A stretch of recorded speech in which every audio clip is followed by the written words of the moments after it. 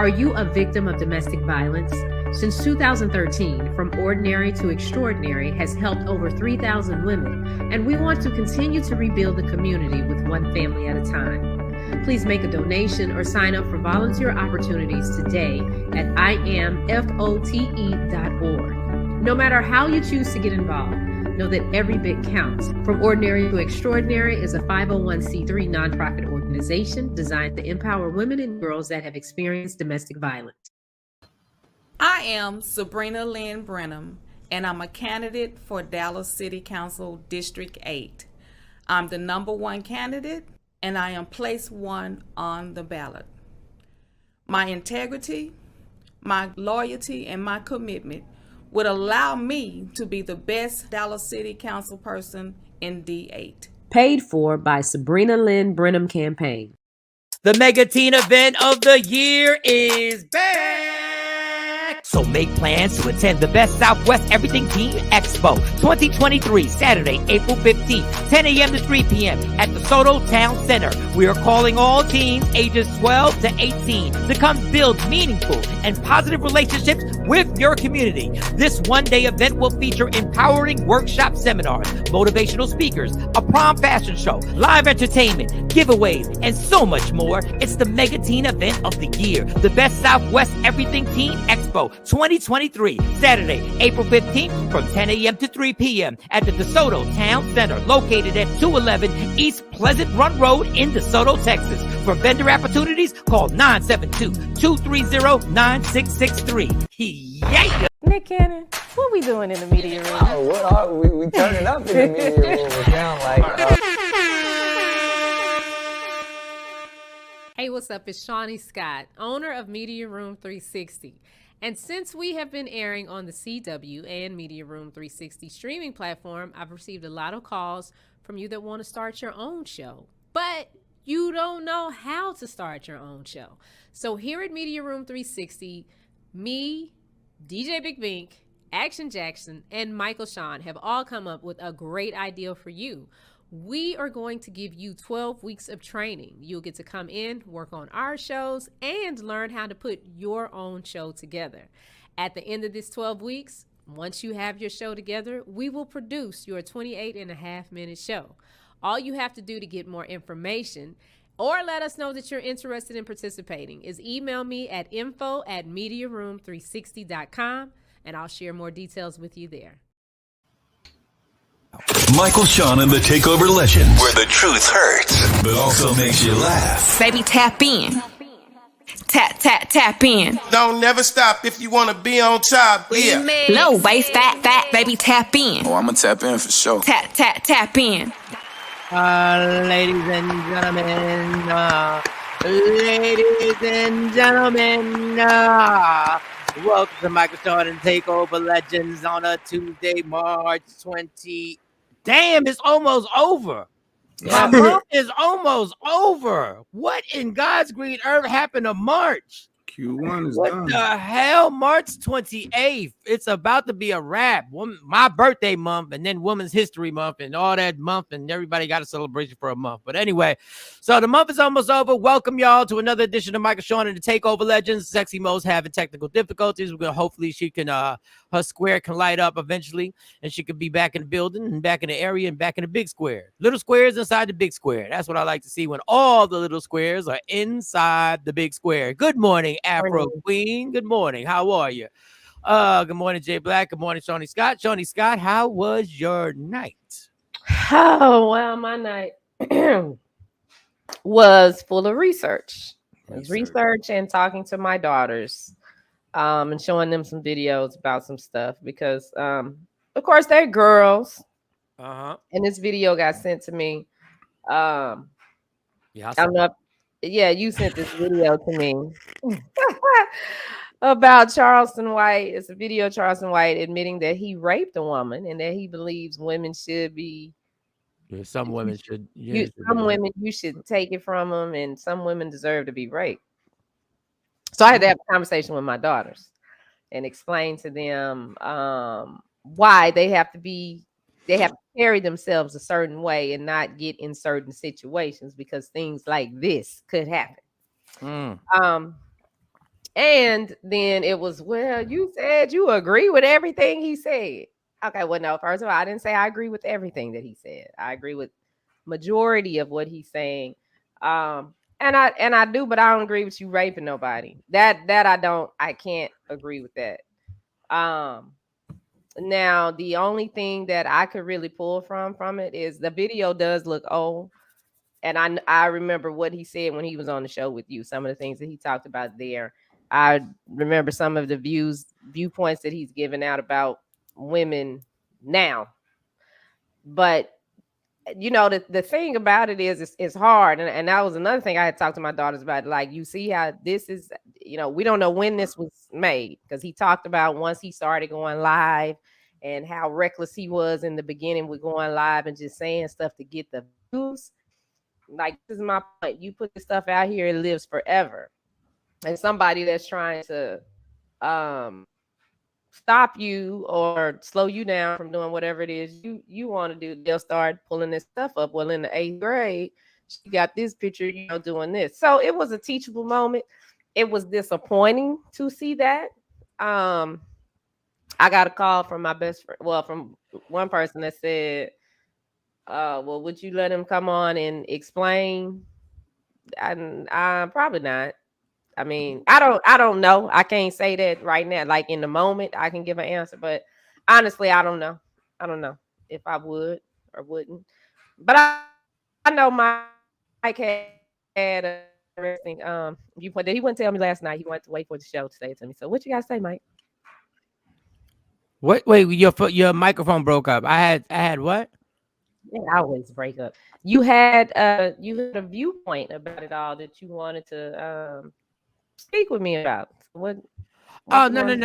But I have to be very careful when I say this viewpoint, because even when I say let's detach from the subject, and I'm going to pick apart some of the dangerous things that people put themselves in the situation. I want to, before I'm going to get into it, but I want to 1,000%, 1 billion %. No woman deserves to get raped. No woman deserves to get beat. I want to put that. I'm going to repeat that the entire show before I make my point. But when I make my point, I'm just saying there are sexual games that happen in this world that are very dangerous games to play that to me make no sense.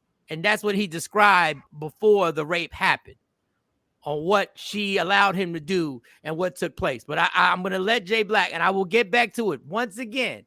I have 3 daughters. I don't believe any woman should be raped.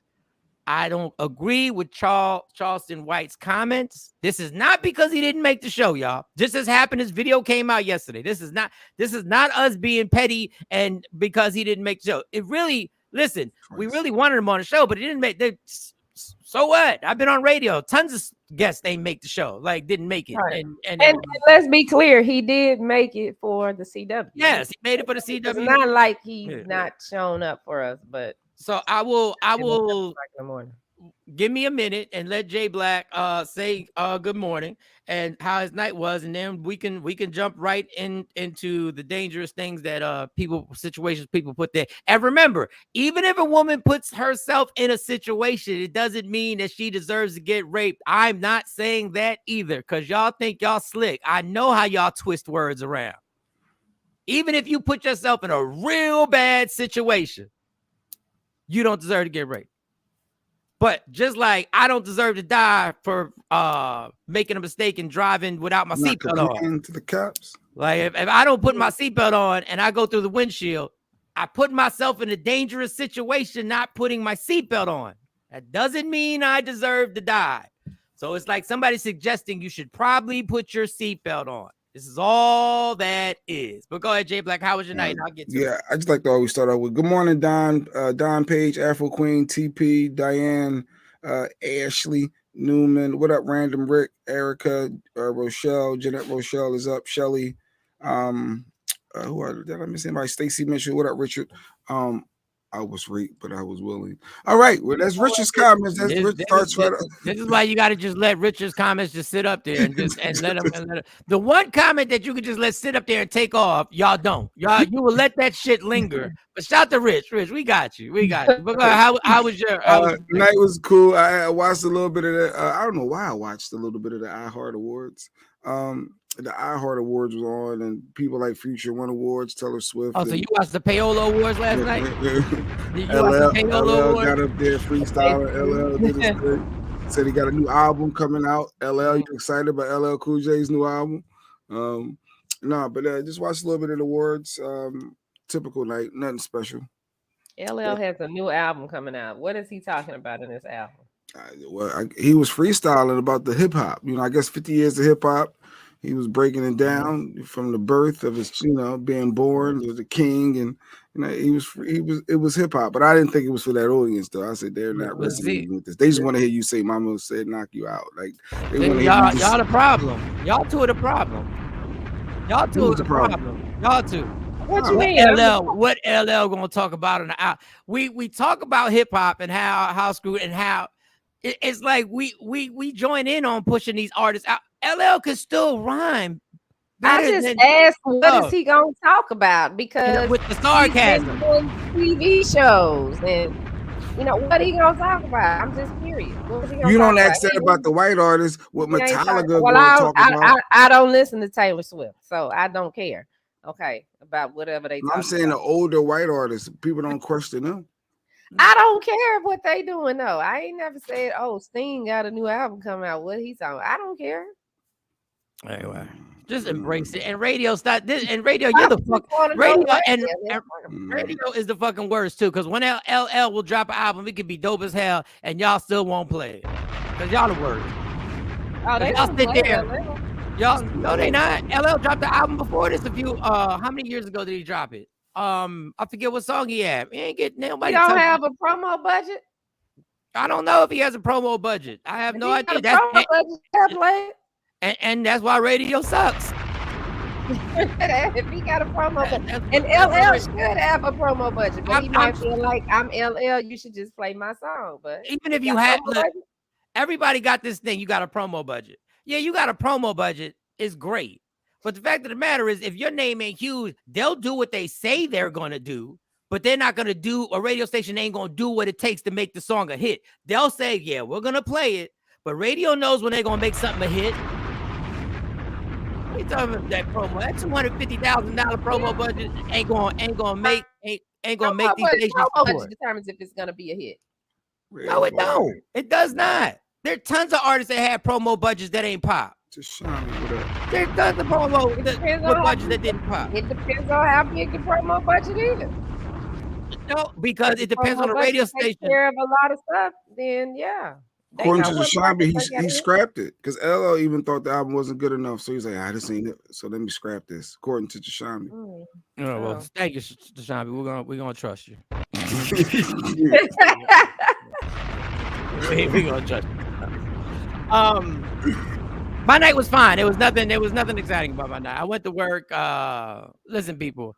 I'm going to say something that's I work at the UPS mail store and I deal with customers all day, and I'm just going to tell you.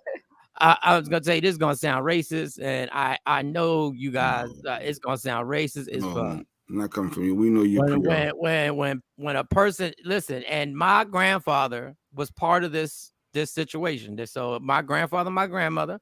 When a person comes up to me and has an accent, I already know it's gonna be a long fucking session. I already know. Depends on what kind of accent, though. No, motherfucker. I don't care what accent.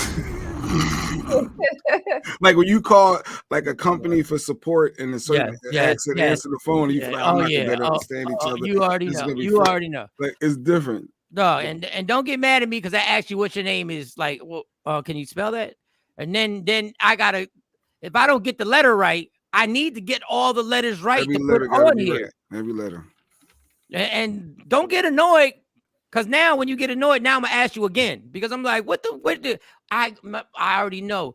And there's something about people every culture has a different attitude with customers and customer service, and different customers have different attitudes. Just like when you go to different places and they're from different countries and whatever, they have a certain way of speaking to you that's very direct and very abrupt, and people are annoying, right? Mike, speak for. No, I didn't say that. Fair, I didn't say. If I lived in Mexico, I'm trying to do something different, and I don't speak.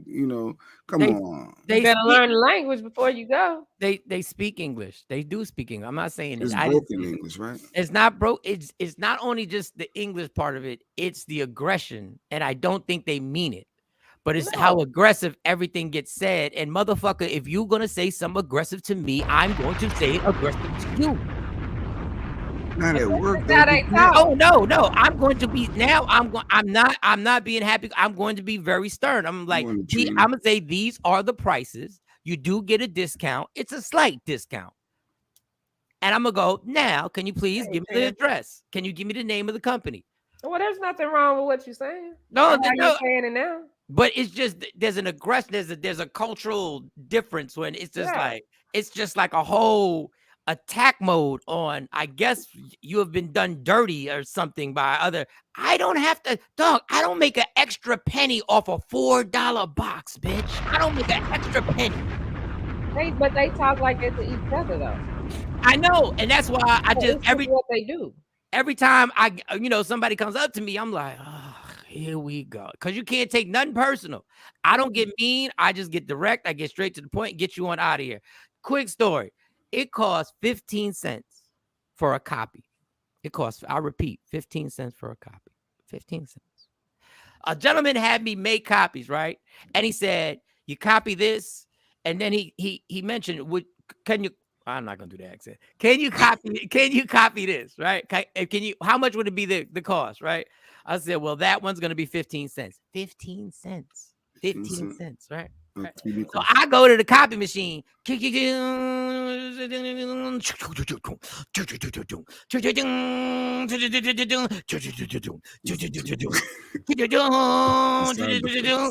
lot of copying.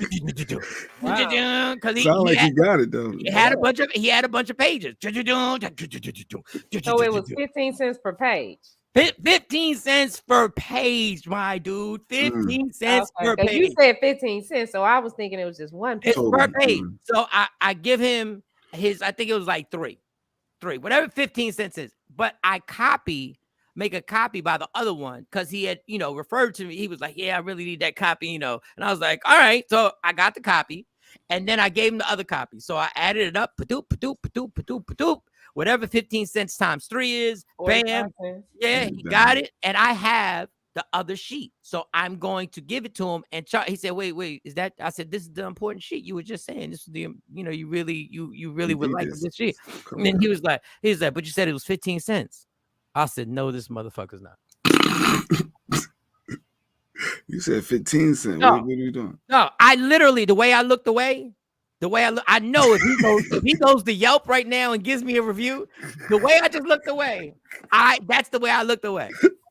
And I went like that. I looked away and I was like, no, this nigga. I said, didn't you say? And I said, sir. I was like, sir, you said this was important. Like, you sure you don't want this? You sure you don't want this copy? He said, but you said it was 15 cents. Yes, I did say it's a dime and a nickel. It's 3 nickels. Yeah. It's 50 if you need it. I already copied it. Just what he said. Nah, I'm not gonna pay an extra 50. An extra 50. What are you doing in your life? How bad is your life going when you have just sat here for 15 minutes debating with yourself if you're gonna spend an extra 15 cents? I'm not in nobody's pockets. I understand when it's $15. I understand an extra $7. I even understand when some of y'all get mad that if we printed out a label for you, it's going to be $3.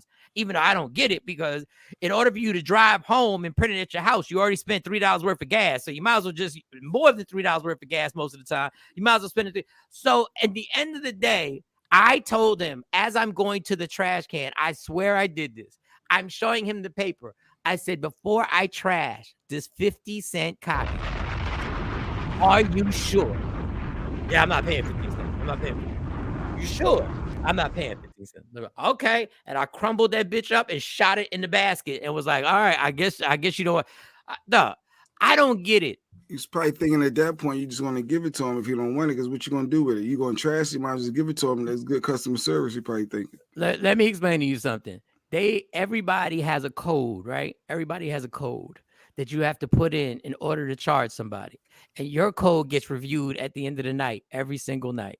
If they think something's going on that you gave somebody something for free on purpose, it's a problem. Number one, I'm not going to lose an owner money. Not because I'm scared to lose a job. I'm not going to lose an owner money who put his whole heart into building this business. And now I'm going to start sliding free fit because everybody thinks it's just 15 cents. It's just a little ink on the page that's already printed. It's that goes on top. Nah, I'm not giving nothing free, especially this dude. So I ain't giving nothing free. I couldn't believe we got into a conversation over 15 cents. So he paid for the extra other copies, but didn't want to pay that last one 15 for that. Cents. So he didn't want to take 40-something cents to whatever, 60-something cents. And the funny thing is, if he had AAA, which I'm pretty sure like a lot of people have AAA, you would have got a discount. And I told him that. I said, AAA discount. What's the discount of 15 cents?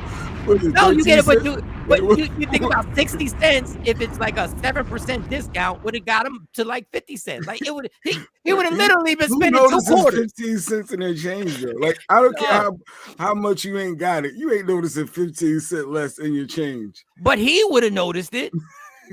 No, no. Rick said he gonna get right in his Bugatti when he walked out. Yeah, get right in his Bugatti.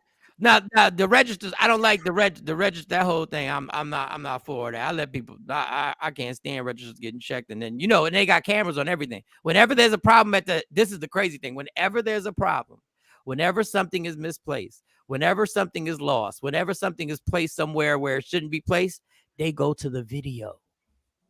They go to the video and they monitor the replay. Let's go. Video. Yes.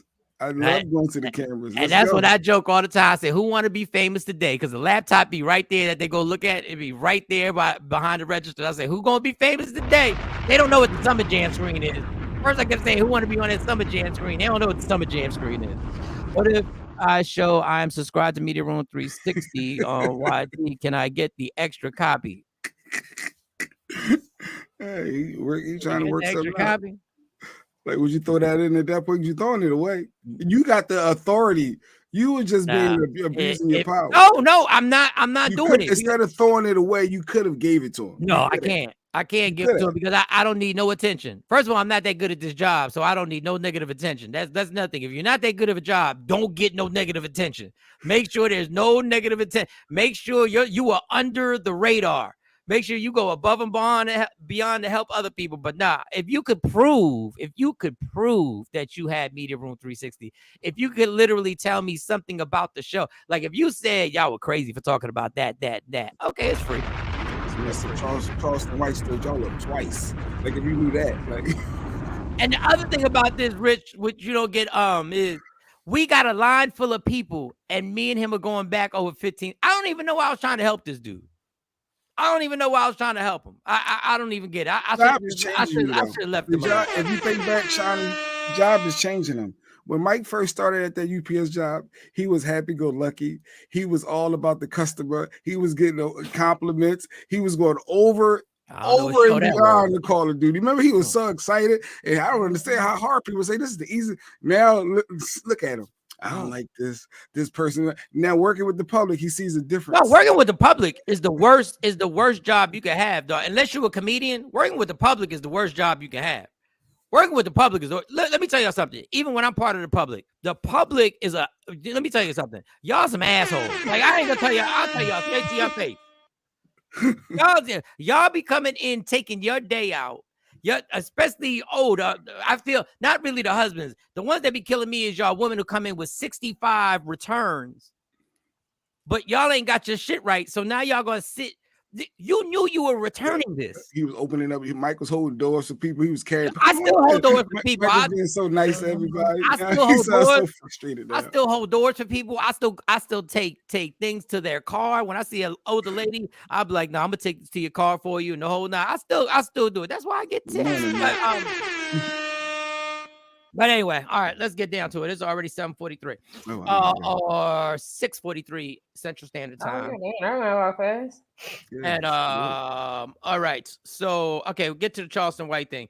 All right, so Charleston White didn't make the show. I want to repeat, even though y'all not gonna believe us, that we're not saying this because he didn't make the show. He made the TV show, which was huge. We had a great conversation on the air, and we had a great conversation off the air. The guy was super polite, he was a gentleman. He might even pop in at any point today, as far as I'm concerned. Who knows?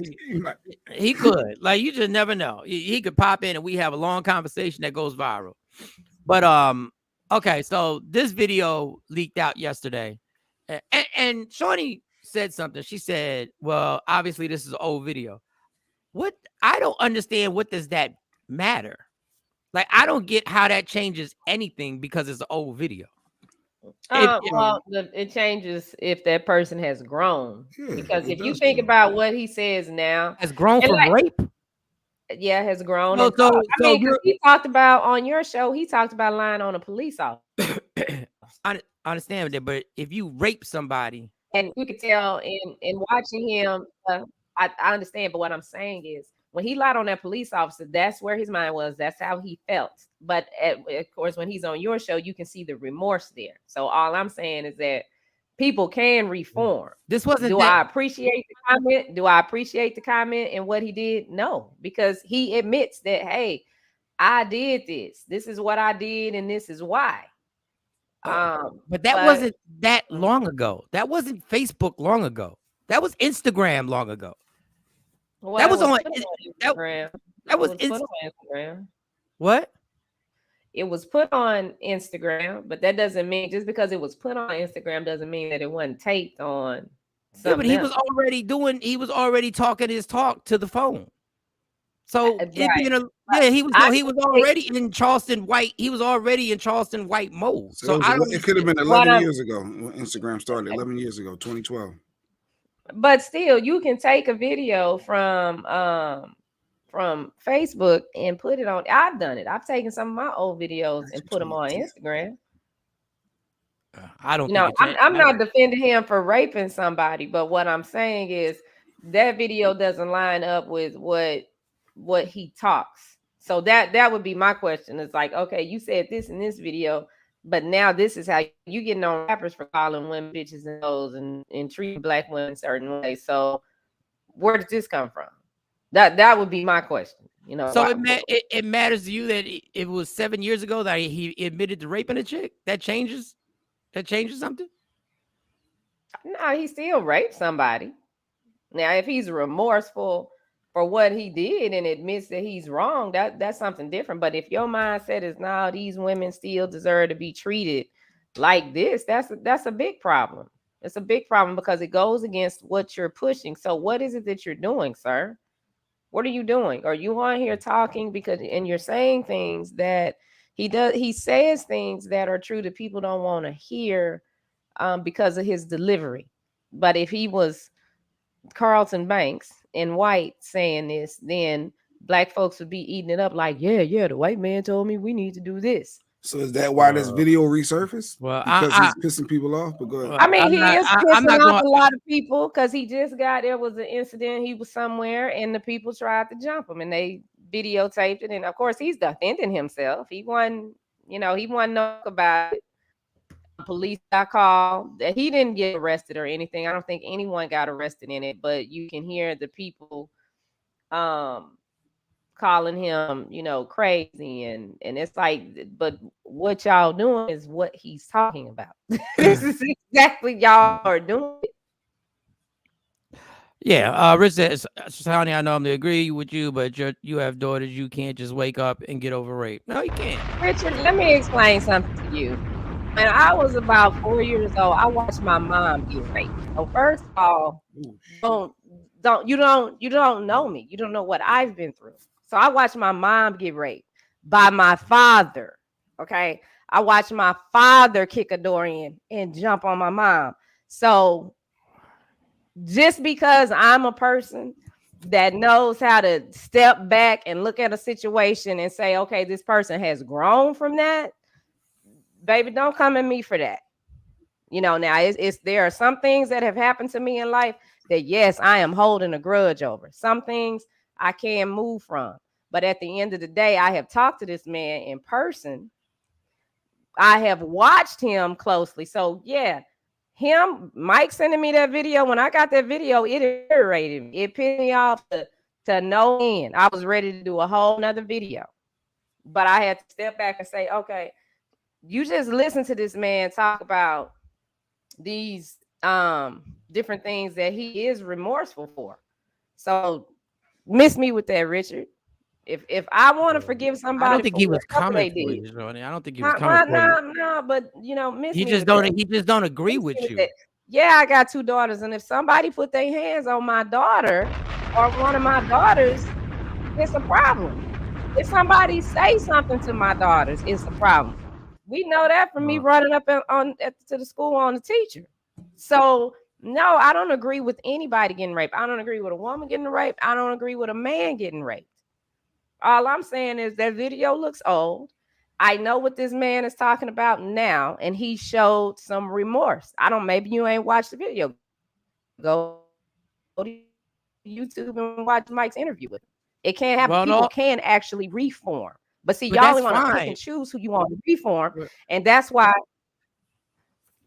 And that's fine. I'm just saying I don't agree. I said you can't talk all that about black women and then have a video that you admitted to raping somebody because you ain't never showed remorse in not one video about this rape. You ain't never showed no remorse in one video about saying how some women need to be beat.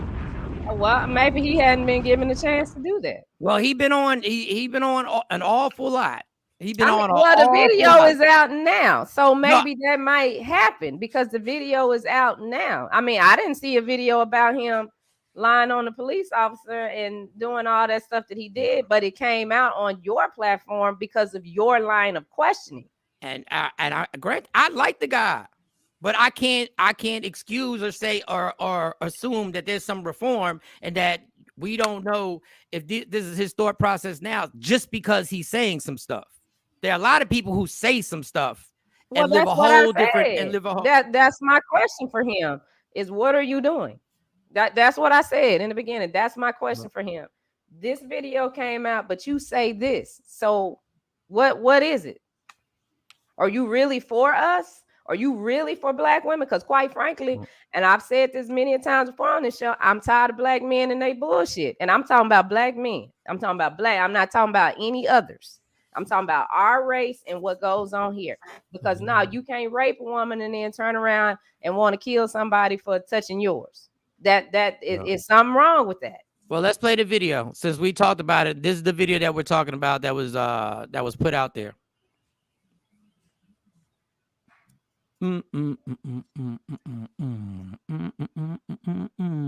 What up, Marie Smith? What's going on? Good morning, Marie Smith. The only way to find out is to ask them. Yep. Oh, see, that's so small. Oh man, just sitting here talking to these people, telling them about when I raped this one girl one time. Come home with me, let me eat on her. We work together. I'm sorry. She let me eat on her. And then when I get ready to stick it in, she say no. So I took it. That's what I told him. I did the right thing. I verbally abuse women. And I'm mentally abusive, and I do some psychological abuse. It all wants what to do. I'm a man that strongly believe that some women need their ass whooping they put to. So I advocate rape too. People, some men need a good raping. Some women need a good raping. You got some explaining to do. He said this female allowed him to do other sexual acts, and then when it came time for intercourse, she tried to stop him, and he was like, "It's too late." But I mean, no is no. You know, I don't care what point we at it. If I say I don't want to do it, then I don't want to do it. You need to get. Now this is the point where people are gonna get touchy with me. She did not deserve to get raped, but just like people tell you to put a seatbelt on, don't play them games with people where you allow certain act to happen and then you go, no. That's a very, very, very dangerous game to play. I'm not telling you nobody deserves nothing, but I'm telling you, do not play them games in a situation like that. That is a situation that's going to go left very quickly. with a lot of people. It's a risky game to play. Now, is he the villain? Yes. Is he wrong? Yeah, yes. absolutely. I'm just telling y'all to prevent you from going through something that you don't need to go through, that you don't deserve to go through. Do not play that game where you allow somebody to perform an act on you and then you go, nah, I'm good. Don't do that. I'm telling you right now, don't do that. I'm telling you the reality of the reality. Don't play those games. Stupid games get stupid So prizes. what would you say to the other side? I mean, because you coming at the person that was innocent, if they change their mind, you can change your mind. There's after you change your mind after you came. There's nothing wrong with you changing your mind after you came. But what do you say to the other person? What do you say to the other person? You don't let nobody put their mouth on your situation. Okay, but what if they put the mouth on the situation and they hear no? Then what do they need to do? I don't know what they should have pressed. They should have pressed charges, but they would have lost. That's why they didn't press charges. No, I'm talking about the person that forced the rape. What did you say to them? Okay. What does he need to do when she say no? What does that person need to do? You need to get up and the other person. Oh, okay, well, you done gave a whole bunch of trust on Charleston White too. So I didn't ask you to get the flip side, but I'll do the flip side. I'll do the flip side. No, you didn't do the flip side, but I'll do the flip side. I did the flip side. I was sitting up here telling you that I watched my mom get raped. So don't, since we're talking, I would think that you would be almost even more adamant out of that traumatic experience, that you would be even more adamant that you ain't got no room for Charleston White. That's what I would. And when you sent me the video and I called you, what did I say? I know what you said. I'm just saying what we're saying today. I'm just saying what's being said today. Okay, that's what I'm saying. When I saw the video, yes, it pissed me off too. It pissed me off real bad. Yes, it did. I've never said that. Like, I ain't never sat up here and said, oh, Charleston White is okay. It's all right what he did. I've never said that. I'll never say that. I mean, really. Put that other comment back up. Why is the focus on the victim, not evil person? Listen, we started with Charleston White. Now we're on a different subject. Well, we're on the same subject, but the actual act. The guy who a woman does that to you, you got played, and your job is to keep it moving. You got played, keep it moving. That's my advice to you. Ain't nothing worth putting yourself to do such a diabolical act simply because you got played. We get played all the time. People get played all the time. All the time. Now, is it a dangerous game? Like, if a person doesn't pay me my money, I'm not the type of person that's going to go and take a gun and shoot them because they didn't pay my money. But I wouldn't advise you not to pay people back their money, because there are people who will take it to that extreme to go get their money. Lady Q comment brought to you by Woke Up Inspired. I'm willing to bet money. She said she didn't want to have sex from the beginning, and he thought he could get his munch on and change her mind. But the problem is, you could be right with that. But the problem is, you can't play those games. I'm just telling y'all as a public service announcement. If you're a dude and you get played out like that, and you tried to make it seem like this was going to happen, no, you just go. You just go. You're not getting none. She didn't deserve to be raped, but she put herself in a very bad situation, Don Page said. And for the guys in that situation, you got played. So move. Okay, it happened. From the story was she was a coworker. Okay, shouldn't have been doing that with a coworker anyway. But anyway, that's beside the point. Morning, Shaquisa, what up? It's a very tricky situation, but one thing ain't tricky. You can get up and leave and keep it moving. I'm just telling you, this whole aspect. It's probably hard for a guy at that point. No pun. In that moment, it's probably tough for him to get at that point. He's worked up. He's like, no, this is going down. What do you mean, no? And according to him, he's like, no. So I took it. And the guy that he was talking to said, yeah, you did right. Did you catch that? No, that was the other scary thing, that the guy was like, yeah, you did right. You should have taken it. What are we talking about here? What are we doing? So, maybe, maybe Charleston White will get on the show now and explain this. Maybe we can get him on to explain the situation. Yeah, right. Or maybe now, because we talked about it, we really ain't going to have him on the show because we talked about it. But it was there. And once again, before y'all start with y'all doing this because y'all mad he did. No, we not. We are truly appreciative of the tremendous job he did for the 2-part interview on the CW 33 brought to you by Media Room 360 on the Michael Shawn Show. We are truly appreciative. We were just stunned like everybody else. This world is gross when every single thing a man does wrong, someone boomerangs back to a woman. I didn't blame. I'm trying to give you a safety tip. I'm not blaming her. It's me trying to tell you don't drink and drive. If you crash in an accident and you were drinking and driving, I'm not going to say you deserved it. But I am going to tell. Are they saying you're not even supposed to mention that? I think that's what they said. You're not even supposed to mention the other aspect. Mike's not saying that she's wrong. What he's saying is we don't want to put ourselves in bad situations to be like Don said it. You don't want to put yourself in a bad situation. Is that putting yourself in a bad situation?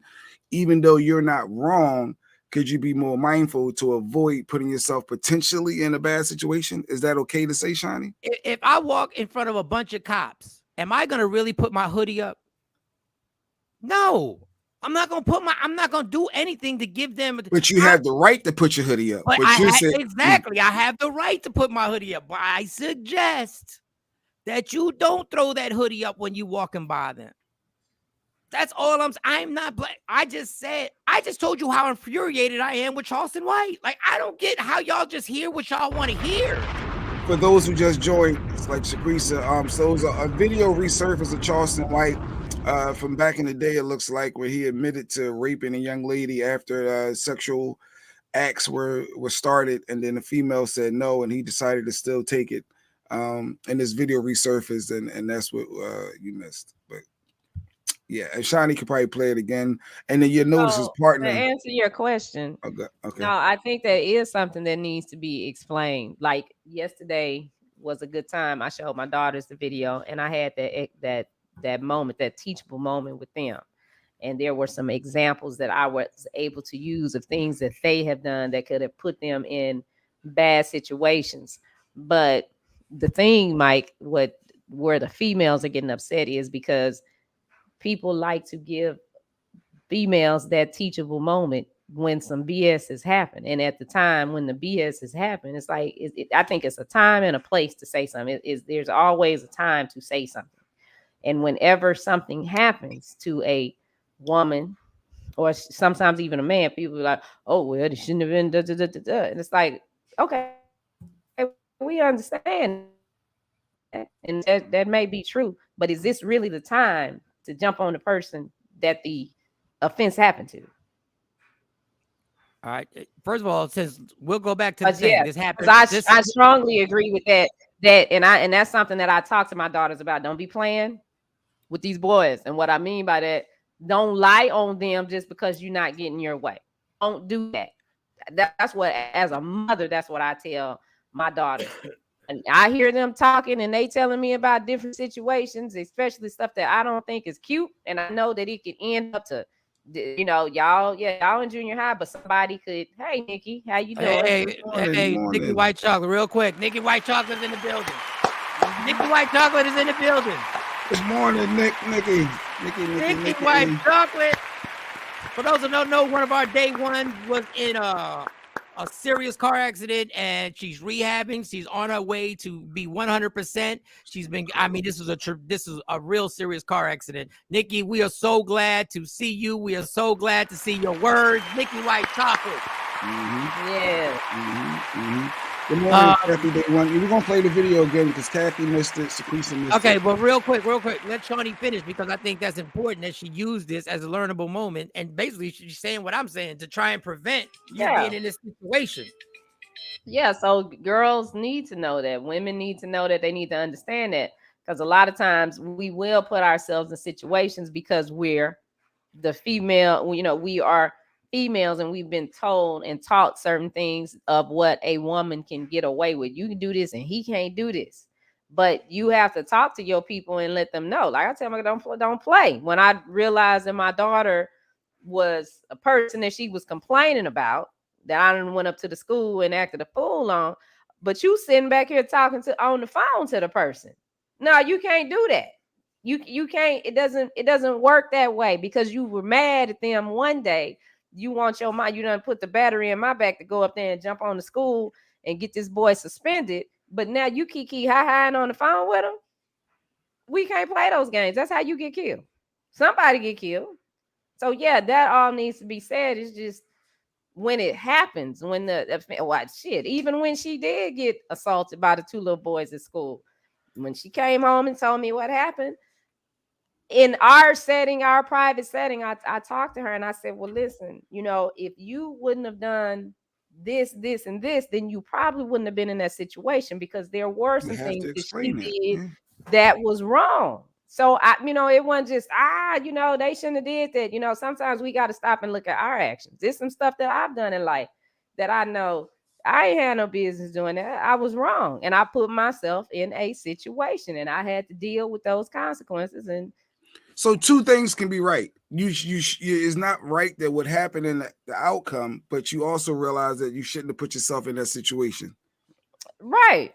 That she, unfortunately, and I hate to speak on the woman because I don't know what all happened in that situation with him, but I would say, no, you shouldn't let it get to that. If you know you don't want to be bothered, don't be bothered. Don't do that. But at the same time, okay, I get that as a man, your hormones and everything are going once you do that. But if somebody say no, if I had a son, I tell them, walk away. It ain't worth it, because it's some more somewhere. It ain't like you ain't got easy access to it. You can get some more. That's the easiest thing to get. Right? And people somebody to do it. And get your comments ready right now. Go ahead. Get your finger ready. Go ahead. Get your finger ready. Get your finger ready to hit the letters. Get your finger ready. If she get it ready. If he wasn't good enough to have sex with you, he was good enough to eat you out. I don't know what type. If that ain't mixed messages, I don't know what is. If you don't want to be with that person sexually, this is still a sexual act. So I don't know which one. I don't know. And once again, I started this whole thing of saying I am not for Charles White. And when I saw this, I said, I don't give a fuck what happened. The words that you said that some women need to be raped, I don't give a damn what goes on. That is 1,000% wrong. And I was like, you got to be kidding me right now. And we would love to have him on the show. Once again, my experience with him was amazing. Like, the dude was cool. The dude was polite. But this shit right here, when you say that, you already know the response is going to come out of me. Plenty of men have let women sob on their knob without the intention of, and if she wanted to make it happen, well, never mind. We're not going to get into because we'll be here all day going back and forth. Yeah. We'll be here all day. All right. Sorry, did I say the top of the hour? 7 minutes after 8 on the East Coast, 7 minutes after 7 Central Standard Time, and it's a lot earlier on the West Coast. All right, what do we want to get into? There's so much damn stuff. Sometimes we got.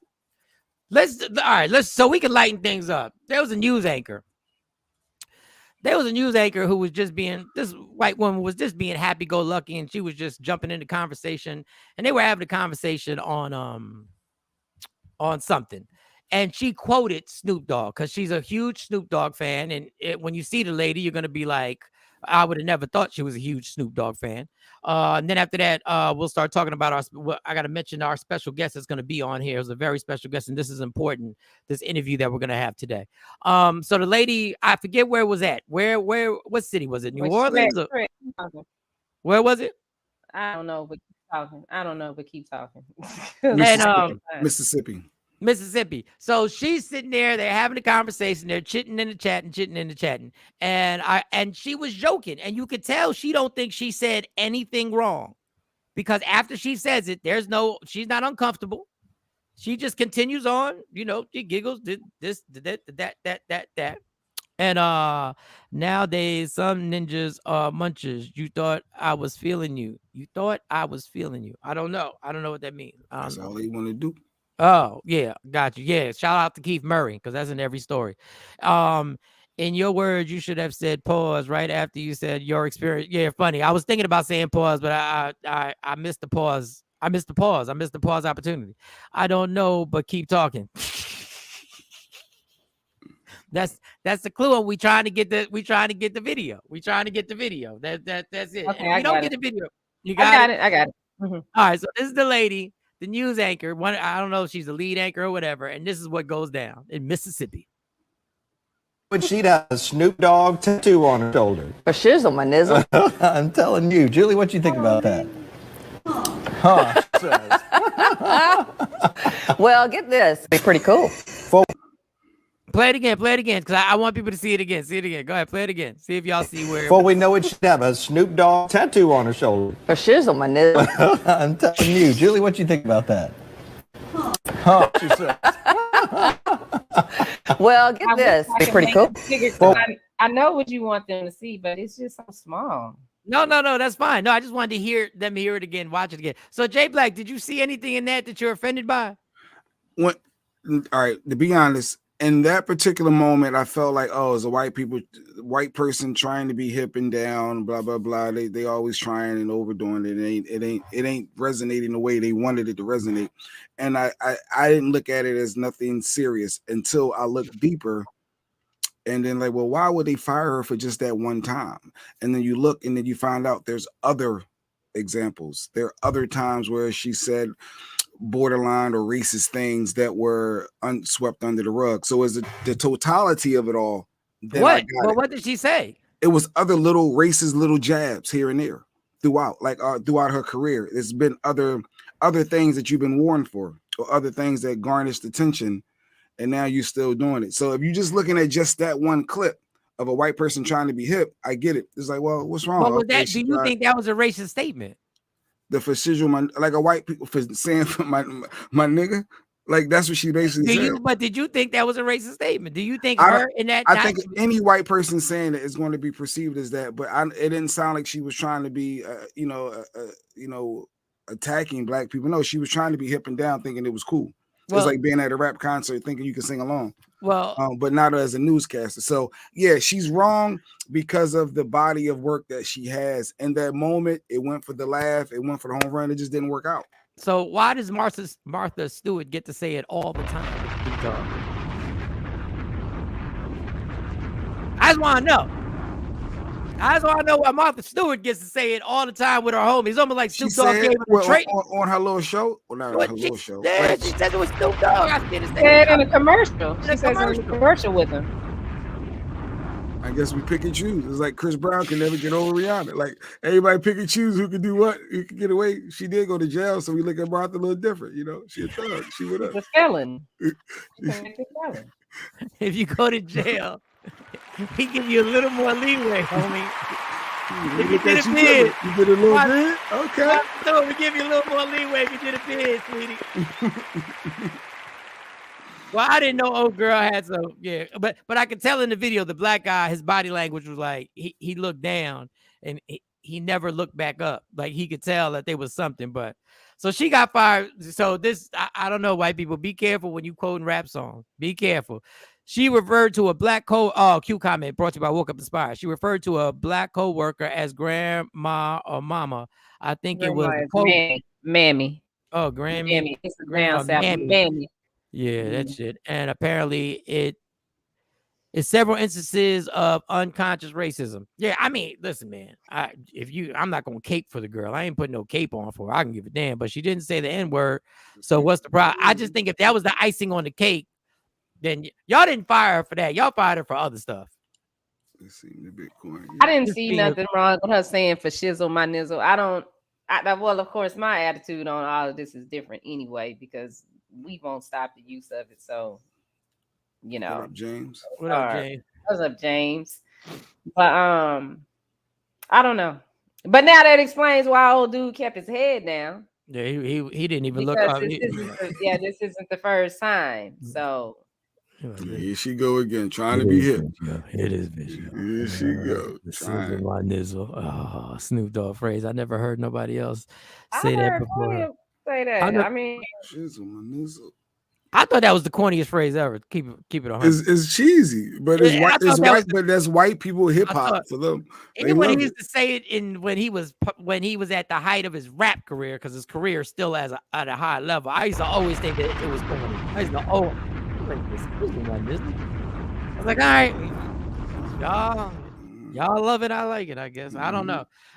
So she caught an L for that one. So she caught the out of work. She's out of work for trying to be too hip. Sometimes you got to lead the jokes to the people who get paid for the jokes. Sometimes you got to lead them jokes for the people who get paid for the jokes.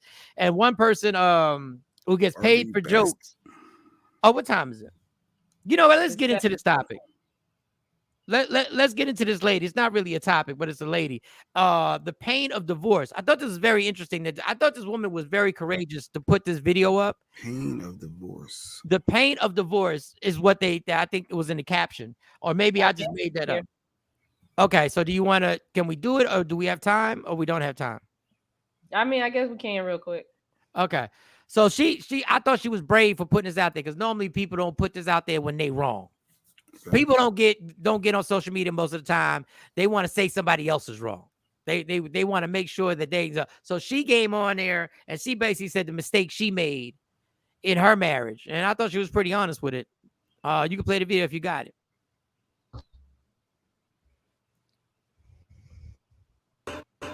Divorced my husband. Why did I divorce my husband? I divorced my husband because I was making a certain amount of money. I divorced my husband because I thought I didn't need him anymore.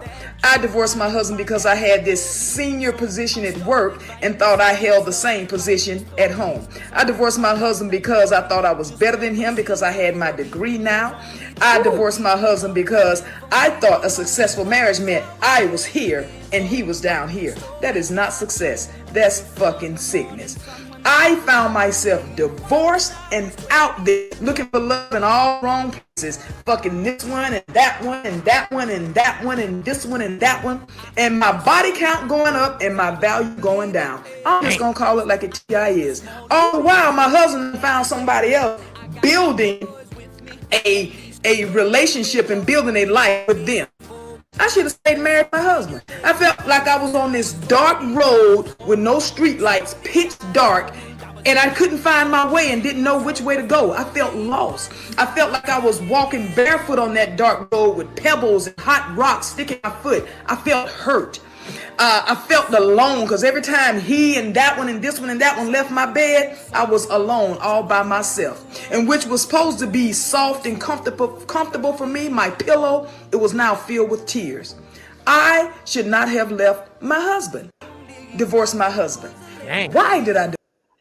Ooh, okay, all right. Well, clap it up for that honesty. That's what she gets. Ha ha. I like stories like that. Oh Lord! But I will tell people, sometimes it ain't got to be finances either, guys. Sometimes and just both genders, guys will sit up there and be like, she ain't in shape no more. She had a few kids, and now you got this young thing over here that's all tight, and she going to the gym. You like, yeah, girl, you need to get yourself together. In your mind, you saying this, and you go running. You be like, you know what? I'm gonna go with this one. Okay.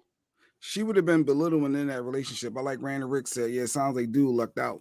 Like he got away with that because she would have still been in that mindset of I'm the breadwinner and you ain't my equal. So it wouldn't have lasted anyway. But this is what human beings do. Human beings are really rotten people. There's a lot. I'm telling you, like you start doing better, and because this person ain't doing better in that particular aspect, you start overlooking everything else that person's got. You start overlooking it. Like I said, there are guys out there going to go get this young little perky chick, and she dope and got the fatty and all this other stuff, and your woman done had 3 kids, and her body maybe didn't bounce back the way, and here you go running, only to find out to get played. There's many a man sitting there going like that. I can't believe I rode out with this. I left the woman that was riding out with me because of some of vanity. Hers was financial, but I think I like the fact that somebody gets on there and says what they did.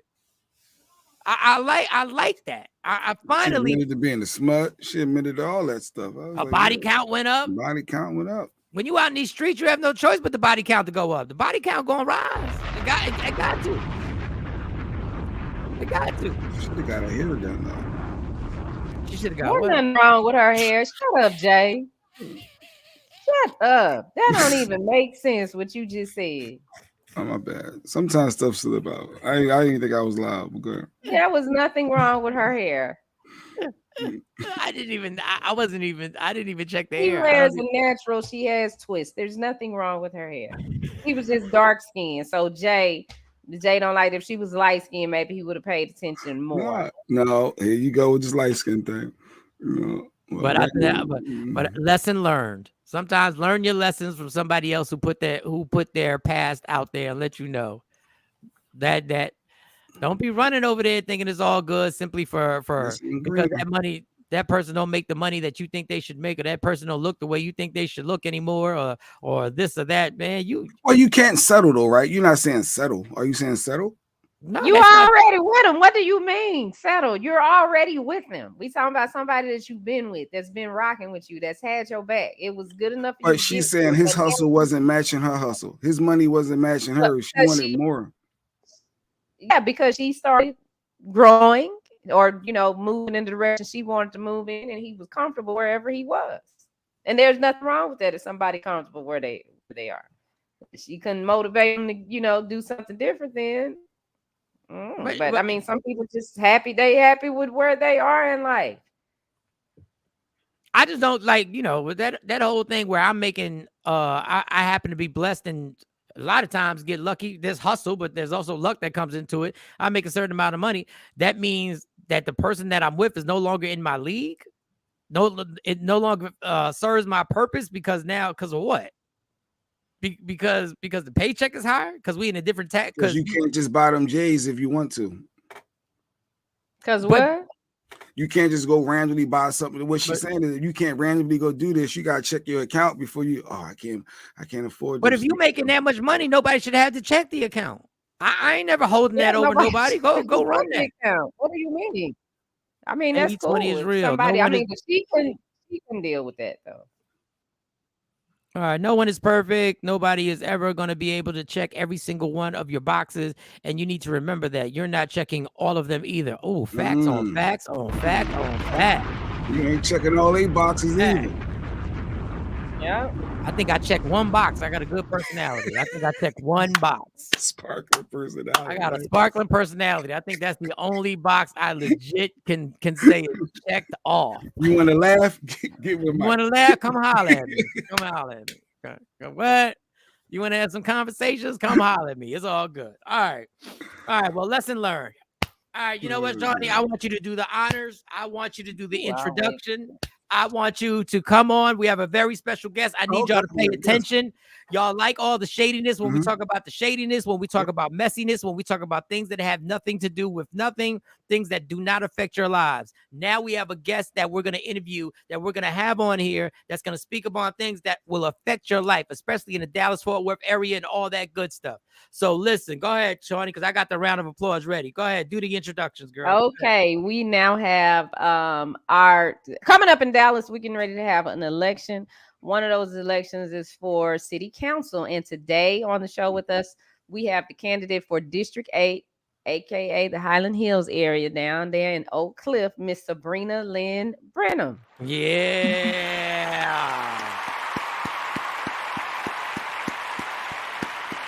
Miss Brenham, am I allowed to call you Sabrina? Can I say Mr. Brenham? Can I say Sabrina? Can I say, is that okay? You can call me Sabrina. Yes, you can. Okay, I just wanted to make sure. First of all, welcome to the show. Thank you. Thank you for having me. And I'm always curious. There's one thing that when I look at in the world that I always think I don't want to get involved in that. And it's called politics. Because politics seems to be something that is probably the most ruthless occupation to be in. And it seems like you can be at the top of the hill one moment, and then somebody tries to drag you down and get support from a few of their allies. And next thing you know, you're dragged down and you're dragged through the mud, whether it's true or untrue. So my question is, what made you get in such a volatile occupation as politics? Well, I grew up in it. Oh, did you? Okay, well, explain. Yes, I did. Explain. Okay. My father was a union man. He was a representative for the AFL-CIO Local 648 here in Dallas, Texas. It used to be on Martin Luther King. Okay. And in that capacity, he and my uncle, they helped build the beautiful skyline of Dallas, Oh, well, including City Hall. Wow. History there. Wow. So it was in your blood, you're saying. It was in your blood to basically. So when you first start as an African American woman, when you first start in here, how much of a challenge is that? I mean, being a woman, number one, is a challenge. That number one off the door is a challenge. But to be an African American Black woman, how hard is that to be in politics and try and be taken seriously and try not to deal with the systematic racism that goes on in every system throughout the country? It's a great challenge. I first started running for city council in 2013. After the election, my first time out, I won 30% of the vote against the incumbent. Wow. Okay. I sustained so much injustice after that election. And that was 2013. It is now 2023. And I'm still involved in that injustice. Oh. Can you elaborate on what this injustice are you allowed to elaborate on the injustice that you're speaking on? Yes, I can. For some apparent reason, the city of Dallas had an unwarranted raid in my place of business. Oh. Unnotified, unwarranted raid in my place of business out of nowhere and tried to shut me down. But I persevered and I fought and I fought and I fought. Then in 2015, the city of Dallas has an agent by the name of Joseph Kemp, bought the building where my business was located. And he constructively evicted me. Wow. And I won my case. Thanks. Yes. I won my case in the trial court. Beautiful. However,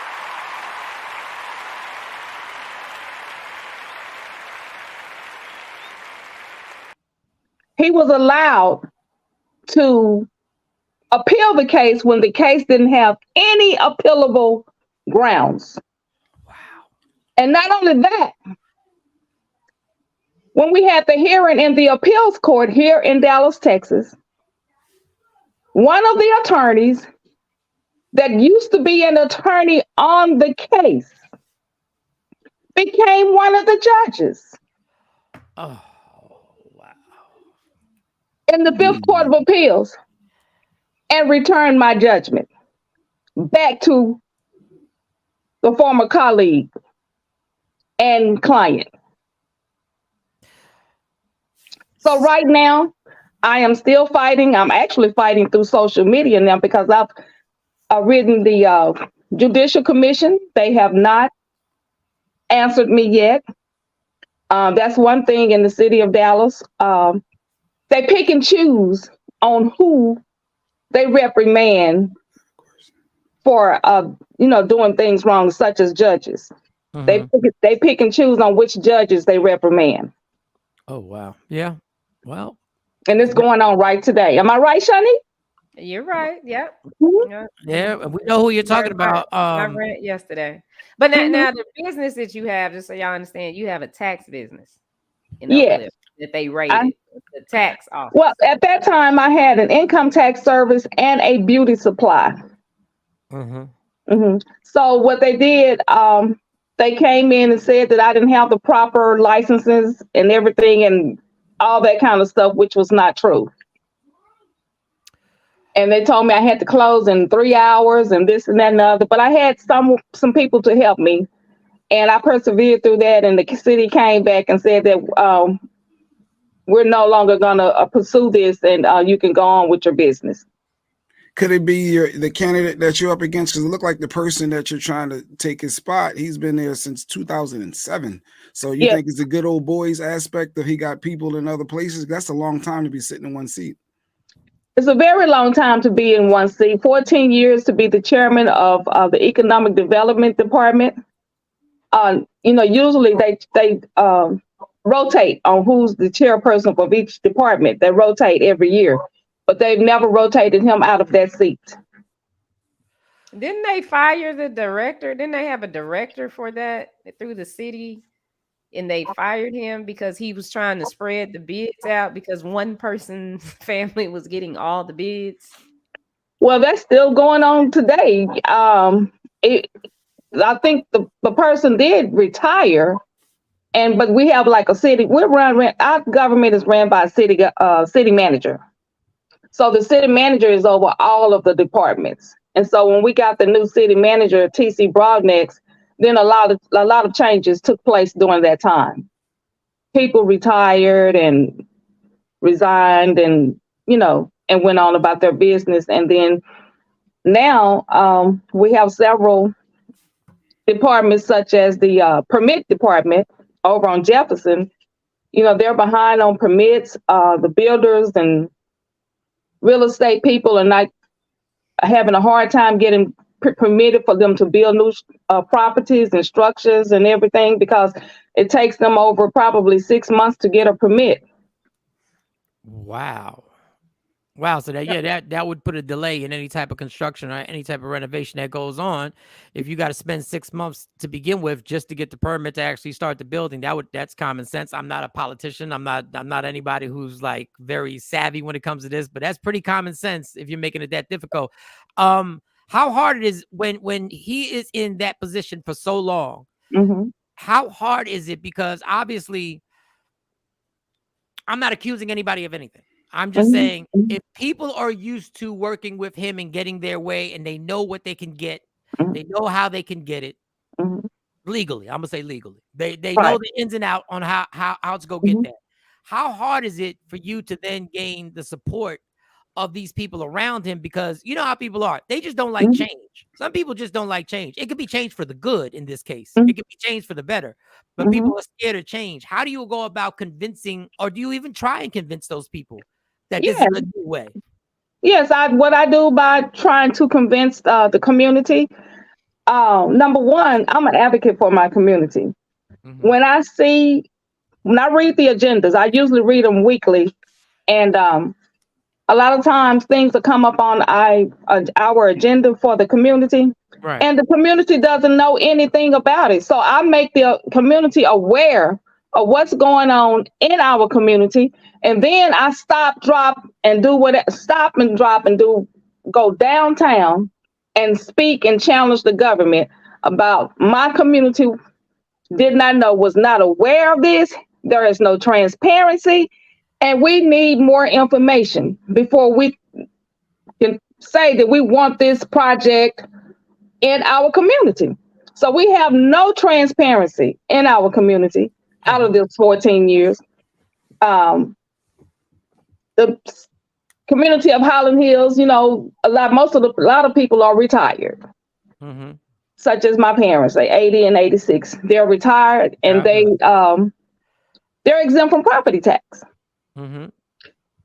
And so the city would tell our community, we don't have enough property tax generated in your community.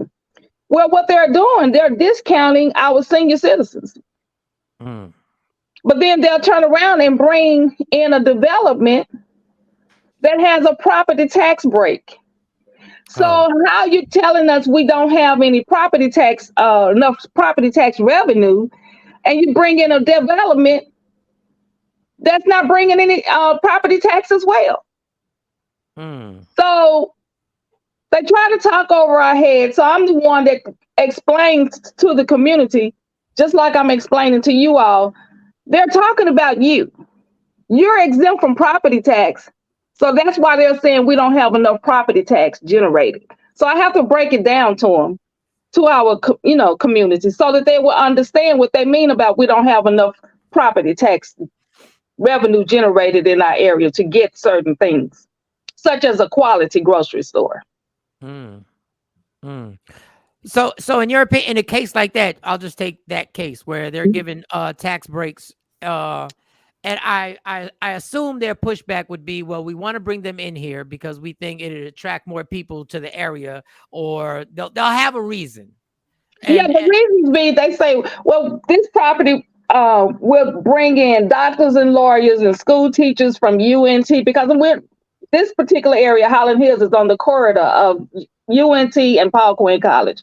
Okay. So they want to bring in the educators, and so that they can come in and live. They're not coming to live in that property. They're not coming to They're not coming to live in that property.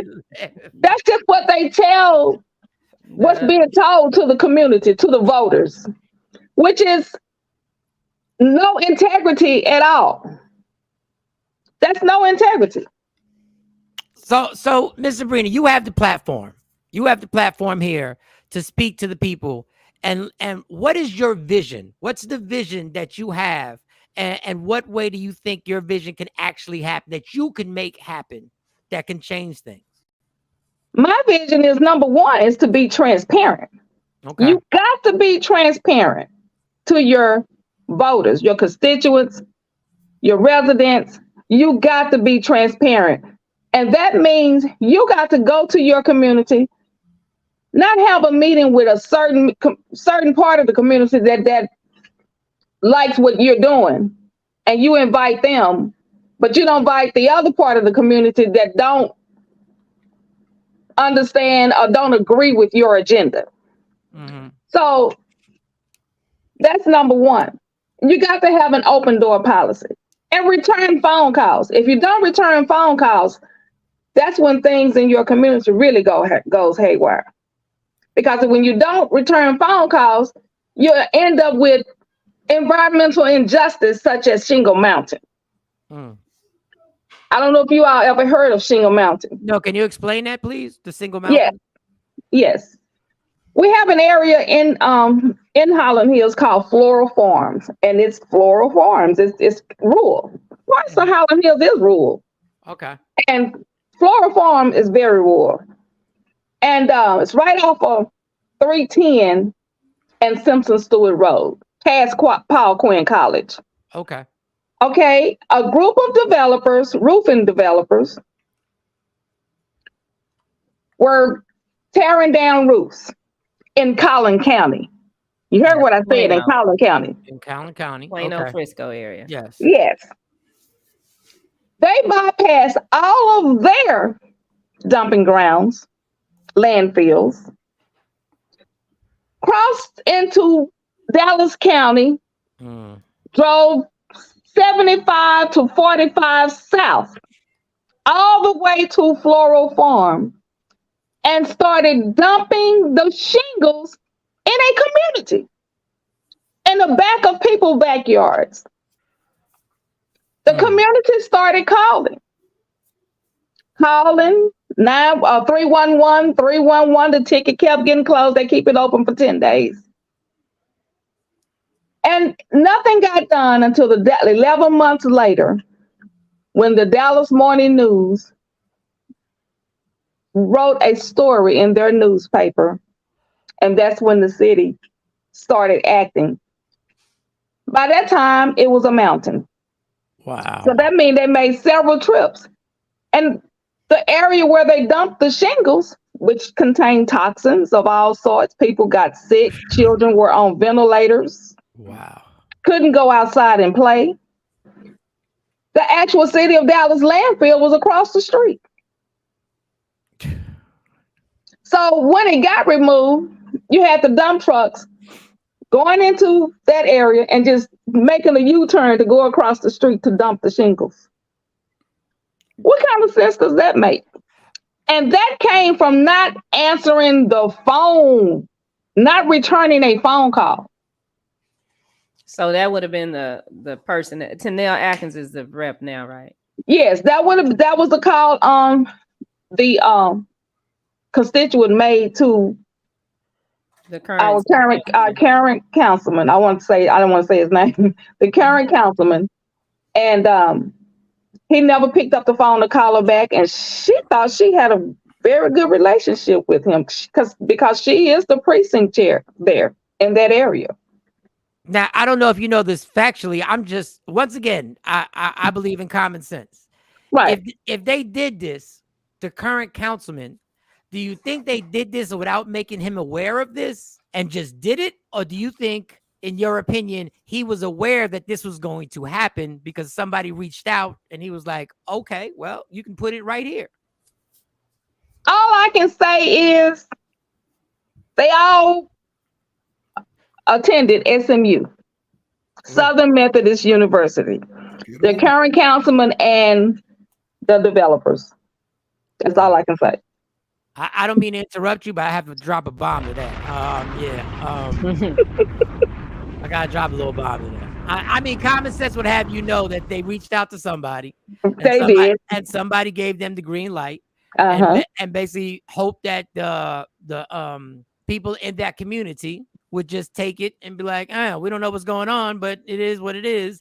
But then when the community reaches out and tries to effectively take the responsible route and actually reach out to the people that they voted in to these positions, I guess I wouldn't answer the phone either, because what are you going to say?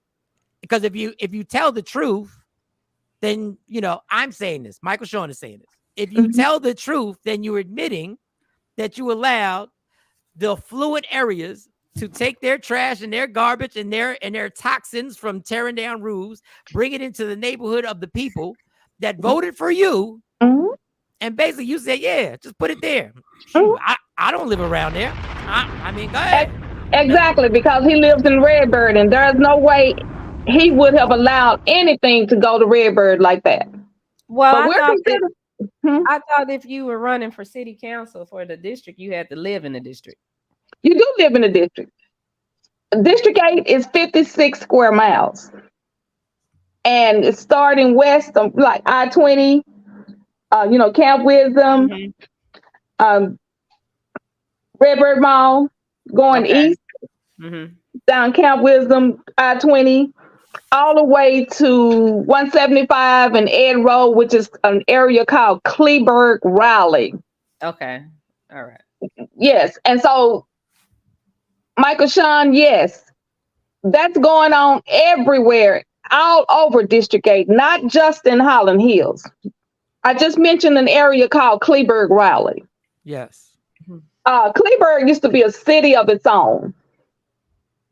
And in 1970, there was their city of their own. They had their own police, their own fire department, and everything. They had about 4,500 people there. The land of Kleberg became incorporated in the city of Dallas in 1978. Now it's populated with about 31,000 people. Okay. They are still without a local police department. Oh, wow. They have to share the police department in in Pleasant Grove off of Jim Miller. It takes a very, very long time for the police to even get there. And I understand that area is sharing about 270 officers with a Jim Miller, which, that's Dallas. Jim Miller, that's Pleasant Grove. So they're having to share that one local police, substation. Right. With an extra 31,000 people they don't have no grocery store. They don't have a grocery store. They still have to come into really Dallas. And then now they have unwanted developers that they didn't ask for. And they're just coming in without notice. There are resources that they asked for 20 years ago, such as, substations for public safety. And it's still not there. That's 20 years ago. So that goes much farther than 14 years. So if you got the seat, how would you get those things changed?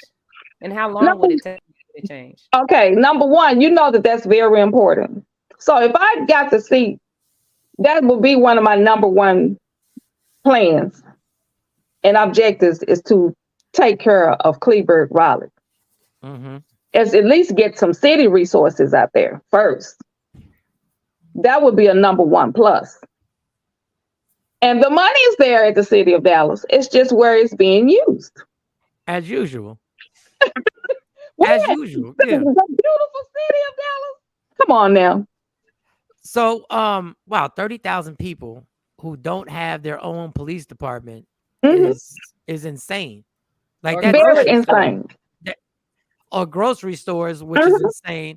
And then once again, with these developers going out there, can these developers just go out there without consulting with the present councilman, or would he have been aware of this before? The councilman is very aware of what's going on in his district and what developers are here, because it's not just him, it's the mayor and the other city councilman. It takes 8 votes. 8 votes, not just 1 vote. It takes 8 votes to get anything done. Remember, he has been the chairman of the Economic Development Department for the full 14 years. And he is the senior councilman. He's the senior councilman on the councils. Once again, well, I can say he doesn't return phone calls because he ain't called me back. And he was supposed to call me back to do some stuff with Media Room. And I'm just trying to understand why these black men keep, not letting me be great. I done got stood up a lot the last month. But my thing is, if he's in charge of the economic development. So and these are the words of Michael Shawn. This is not of Miss Sabrina or anybody. These are the words of Michael Shawn. If developers are coming in, listen, I come from radio. Somebody cutting a check. That's all I'm saying. That's me. Yeah, that's my interpretation. Like if you coming in my district, we're not just going to be building and dumping roofs over here, and then you want to come in here and develop something in a place that we don't even have a police presence there. We don't have our own police department. We don't have our own resources. We don't have our own grocery stores, and developers are coming in. I got a funny feeling when the developers come in, another check will be cut, and then maybe things will change over there, which is such a sad state that in order to help people, you have to get more important people to come in for something to get done. But those are just the words of Michael Shawn. How vital is it and how hard is it for you to explain to people the essential need for people to vote?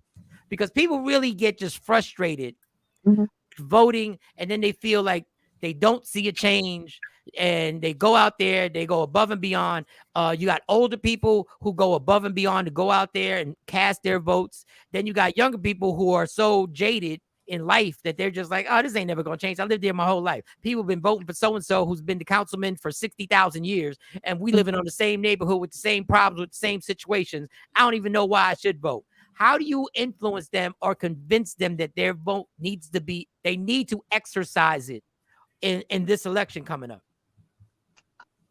I've been registering people to vote for several years now.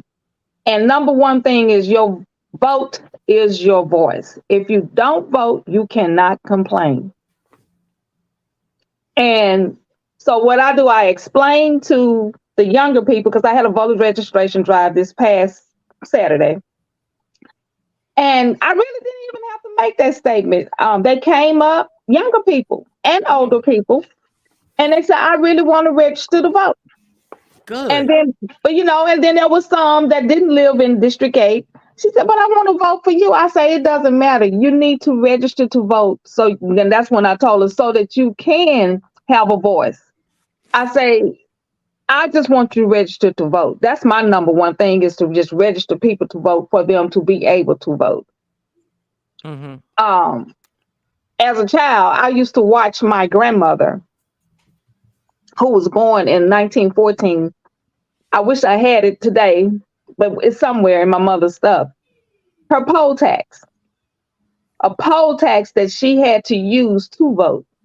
So as a young kid, when it was voting time, my grandmother, I would be at her house. She was putting on her pearls, her lipstick. I'm like, but she's not telling me I'm going anywhere. And she never would leave us at home by ourselves. And I'm like, Big Mama, where are you going? I'm going to vote. I'll be right back. Because, the school was just right up the street. Okay. And I would watch my grandmother walk to the polls. And that's something people did back in the day. Right.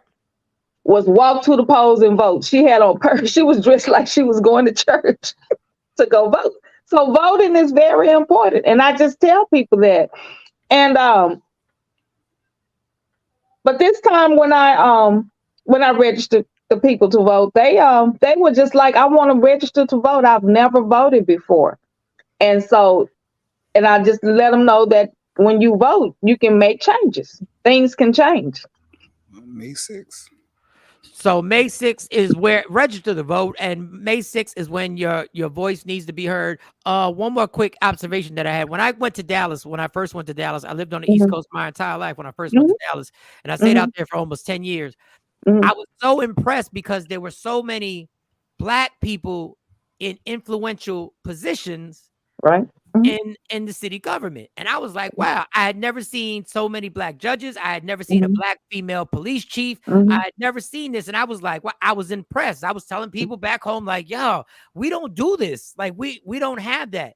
But my question is, why is it with so many Black people in these positions, why has it seemed like change hasn't happened the way I would think it would happen? Like, I would think there would be a bond and a unity where people could come together and actually have an agenda. And I hate to say it, and these are Michael Shawn's words, a pro-Black agenda where we help our people in our situations. Why doesn't that seem to happen?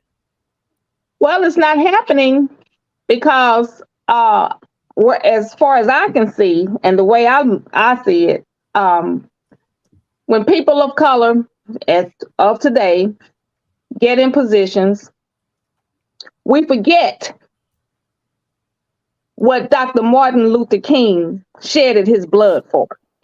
We forget what Marcus Garvey shedded his blood for. We forget about what Rosa Parks did. We forget, and we forget about the people. Wow. And we get in with the good old boys. And that, yes, yep. And that's one thing you can't get out of Subrina. Subrina Lynn Brenham cannot be bought. Let me clap it up for that one right there. Let's make sure. And they know it. They know I can't be bought. That's what I'm talking about. I tell them all the time, my daddy fed me steaks when I was a kid. I don't need nobody to buy me a steak. My dad, and he 86 years old, and he still buy me steaks. Beautiful. In closing, is there something you want to say? Obviously, May 6th, that's the correct day? Because I'm on the East Coast right now. May 6th is when the election happens. And in closing, what would you want to say to voters who are sitting there and they're so used to going in there and voting for one name? They've been trained. They're trained. 2007, they were trained. 2007. So go ahead. With free turkeys, they give them a free, because we have so many senior citizens, and I preach to my peers that I grew up with. Please educate your parents about, you can buy your parents a free turkey. You can buy them a turkey. Right. So Subrina I take care of my community. I really, really do. But I take care of them from the heart. Everything I do is from the heart. And that's because I care. I have integrity. I have integrity to where I want to treat all of my constituents equal. My integrity will not even allow me to assault anyone at City Hall or anywhere. And you got to have loyalty. You got to be truthful. You got to be truthful to the people. to let them know where you stand and what you will do. And again, keep that door open and your transparency. You're not going to get anywhere if you don't have transparency. You got to let the people know what's going on. You got to find out what they want. I already know what they want. I know what Cleburne Raleigh needs. I know what Highland Hills need. I know what Pleasant Grove needs. And there are several resources that we need. The city of Dallas has a racial equity plan that they just put in place for the Black and brown community. You shouldn't have to be in a seat of a Black and brown community for 14 years in order for the city to put a racial equity plan in before you start doing something. You knew your community was Black and brown when you took the seat 14 years ago. So that new racial equity plan is supposed to help bring resources into the Black and brown communities, which I haven't seen any new things, nothing at all at this time. Let me ask you a question. So, you actually grew up in District 8, right? I grew up in District 8. Yeah, you didn't move there so you could run for the seat. Did the other person move there to run for the seat, or did they grow up in the area, in that district? The incumbent or the other candidate? Oh, I don't know how long he's lived in the district, but he does live in the district. He lives in the Redbird area. I've heard other things, but I can't say because I don't know. But you grew up there, so you've seen. I grew up there. I've been here 58 years, and I'm now 60 years old. Well, all right. So you know the ins and outs. You know the ins and outs. Mm-hmm.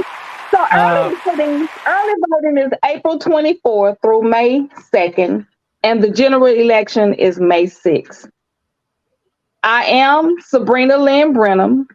I'm the number one candidate, and I'm number one on the ballot. Talk that.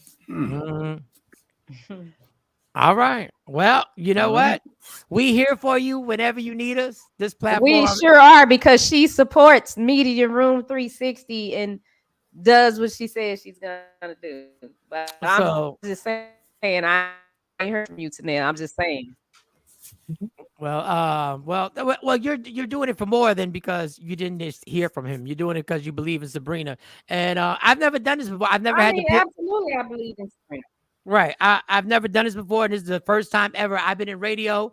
I've been a comedian and all that for over 20. I think I'm going on 24 years now.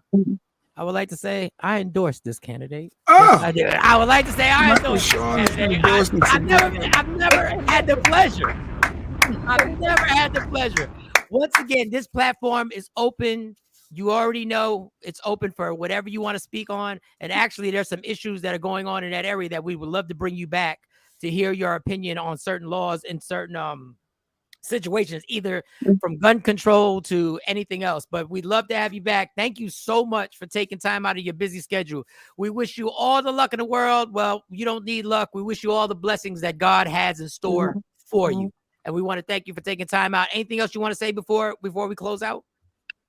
I just want to say thank you for having me, and I would love to come back.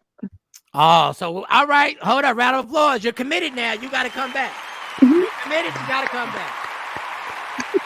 Ladies and gentlemen, make sure you go out there and vote and speak your piece. Your vote is your voice. So thank you so much, Subrina. Thank you so much. We'll hopefully we'll see you again soon before the election. Okay. Thank you. Right. Have a good day. All right, y'all. Well, see, there is a serious side to Michael Shawn and the Takeover Legends. Yeah. There's a serious side. See? Stacy Mitchell, the country is worse. Oh, I guess y'all were going back and forth for something over there in the comments. Richard was going in the whole time. But I said this was going to be an interesting show. Okay. Well, we tried DFW. This is District 8. When do you get promoted? Like, the dude been in that seat since 2007. Like, that's a lifetime position, Shawty? He got to get voted out. But he good. You got to lose an election. But the thing is, why would you try? A promotion would be running for another election in a higher office. Yeah. The problem is, if you do that and you lose, you just can't go back to your office. Mm. You know what I'm saying? Like you got to risk it all. But he been winning by landslides. So I'm looking at some of the previous I mean, years. he got people because I was out doing some footwork, handing out flyers and stuff for Media Room, and came across some city workers that had a conversation with me about him. And I get it why things are happening the way that they are happening, because there is this influence that he has that allows him certain things, and certain people get to do things under the table. But I mean, only thing I try to give everybody the benefit of the doubt. I have picked up the phone and called that man and actually talked to him about some things that he said he was going to do, and he did not make good on his word, and I'm not really good with that. And then when I follow the instructions and do what you tell me to do, and then you don't follow through, that's a problem for me. So what did she do different from running against him 2 years ago? That's what. But I didn't want to come feel like I'm coming at your guess. But when I look at these stats, no, I think you should have. Like, what did she like? In 2 years ago, she lost to this man by a lot, about 17%. He had 73. What is she doing different in them last 2 years? Well, now I know her advertising campaign is completely different. And the thing is, when you run the first time against an incumbent who's been there for that long, She's been running against him from back 2013, 2015. Like, she can't beat this dude. But the thing is, I don't think it's that she can't beat him. I think in that area, because in that area there are like they I don't mean any disrespect, but they are older in this area, in this particular area. They are older. Oh, that's why she said you're buying the turkeys. You're giving them turkeys out, and they like them senior citizens like them turkeys. The younger people that are there that live there as well, they have to be educated on why to vote. So I know that she's doing voter registration rallies in different places and getting people out, and it's footwork for her. The way she explained it to me, she has to go door to door to explain to them, hey, come out. She mails stuff out because the people check their mail, but you got to get the word out to him. But if he's there and like, I didn't know the SMU thing. I mean, we know what it is. You helping your buddies, hooking you up, and you hooking your buddies up. What? But what you don't. This is something that you realize when you get to Dallas, or when you get there, Jay. It's not like Philly. These councilmen, councilwomen, and these people in these positions are celebrities. Like, their names are like, I couldn't tell you how many times these people would come to the radio station, and it wasn't even like, it wasn't an election happening. They're celebrities, and they've branded their name like a Jay-Z in Dallas. And these names, when people see these names, they don't even see issues. They don't even see issues, or they don't even question, well, what is your plan for this and that? They just know the name, and they go in there and they go like, boom. That's familiar. Since 2007, I always hear this name. Okay. So let me tell you who go with this. Yeah. Okay. In Dallas, there are two forms of celebrities. There are pastors and there are politicians. And the pastors and the politicians are very close. That's all I'm going to say. Are very close in how situations happen. And when you gain name recognition, now what I think is in her favor is that her name has been out there for so long, even though she's lost elections. Now they have become familiar with hearing her name, because it's really just like pushing a single. That's all. Like, I know you gotta keep promoting. That name rings a bell. Keep promoting. It's a different dynamic out there. It's a different dynamic. But I mean, we'll have her back, and I wish her luck, because I've never believed if the president can only do 2 terms, and mayors can only do 2 or 3 terms, how can councilmen and women stay in a position of power for that long? Because anybody who's in power for that long will become complacent, will decide that I've been here so long, I've made my own rules. That's just human nature when you're in somewhere for that long. This would be his 8th term. But Tommy says, it's hard for a 60-year-old to have appeal. Tanel ain't no spring chicken. He's not a spring chicken either. But ain't none of them spring chicken. Like, none of them. Yeah. He's just a staple. Yeah. He is New York's version of Al Sharpton. Al ain't going nowhere until Al die. He ain't going nowhere. Al ain't going nowhere. You know how hard it is to move Al out of his position? It's something like, but listen, Richard said, most interesting show y'all have done. If I offended anybody, I'm not gonna apologize. Yeah, he was in the comments going in. Rich was in, I ain't putting that on him. No, he didn't was see him. going in. You can go back and look. I'm gonna go back and read them. Yeah. Listen, people, our viewers, listen to me. You deal with us saying, well, whatever we want to say. And you put up with us saying things that infuriate you. Well, guess what? You keep giving your comments and keep putting them up there. We let buildings stay abandoned. Yes, we do. By a landslide. What'd you say? By a landslide, the crime rate has decreased over the last few years in Highland Hills. Richard, they all owe. Let's talk about Highland Hills, but it's time to go. We can't get into this. Let me get out of here. Listen, y'all. Thank y'all. Tomorrow we'll be right back at it. We got a whole show tomorrow that we didn't get to today. All right. Love me for who I am, not who you want me to be, because I can never be that and understand there's only one thing in life that's guaranteed. It will end. So enjoy every minute, every second. You fight for everything in life, parking spots, likes and views. Fight for your happiness and never let anyone take it from you. Michael Shawn, Jay Black, Shawnee Scott, Sexy Mo. We will see y'all tomorrow. Yeah, yo. Michael Shawn and the Takeover Legend.